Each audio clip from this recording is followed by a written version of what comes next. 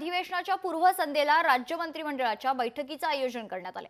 सह्याद्री अतिथीगृहावर मंत्रिमंडळाची बैठक सुरू आहे। तर बैठकीनंतर मुख्यमंत्री आणि दोन्ही उपमुख्यमंत्र्यांची पत्रकार परिषद देखील होणार आहे। हिंदी भाषेवर सुरू असणाऱ्या वादावर चर्चेची देखील शक्यता वर्तवली जाते। तर पावसाळी अधिवेशनाबाबत रणनीती ठरण्याची ही शक्यता आहे। आजच्या बैठकीत हिंदी भाषेवर सुरू असणाऱ्या वादावर चर्चा होण्याची शक्यता आहे। तर अधिवेशनाआधी हिंदी भाषेवरून सुरू असलेल्या वादावर पडदा टाकला जाणार का याकडे लक्ष आहे।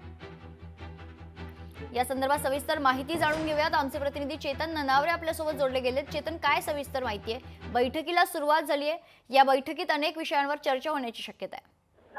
निश्चितच मेघना, राज्य मंत्रिमंडळाची बैठक आता गेल्या अर्ध्या तासापासून सुरू आहे आणि या बैठकीमध्ये एकंदरीतच येत्या अधिवेशनामध्ये कशा प्रकारे विरोधकांचा सामना करायचा आहे या संदर्भातील व्यूहरचना आखली जाईल। उद्यापासून सुरू होणाऱ्या अधिवेशनामध्ये विरोधक आक्रमक होण्याची दाट शक्यता आहे। सध्या हिंदी भाषेवरून जो वाद सुरू आहे त्या संदर्भातील मोर्चा 5 तारखेला निघणार आहे।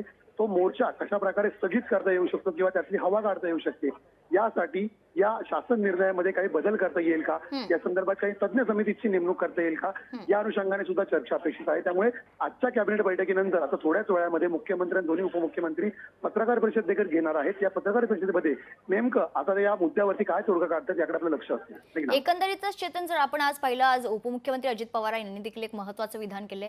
मोर्चाची वेळ देऊ नये असं मला वाटतं, असं ते म्हणालेत। त्याच्यामुळे कुठेतरी इनडायरेक्ट संकेतच त्यांनी दिले होते चेतन।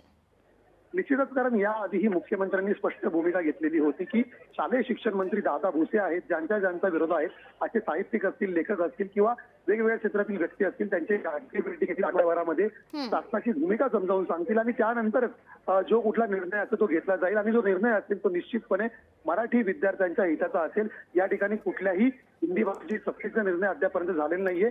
मराठी सक्ती मात्र कायम आहे। त्यामुळे या संदर्भातील जो संभ्रम निर्माण झालेला आहे तो दूर करण्यासाठी तर शासन आणखी कुठली नवी भूमिका किंवा मुद्दा घेऊन पुढे येतं हे पाहावं लागेल। निश्चित, धन्यवाद चेतन आपण दिलेल्या सविस्तर माहितीसाठी। लोकशाही मराठी ऐका, पहा, जागरूक रहा।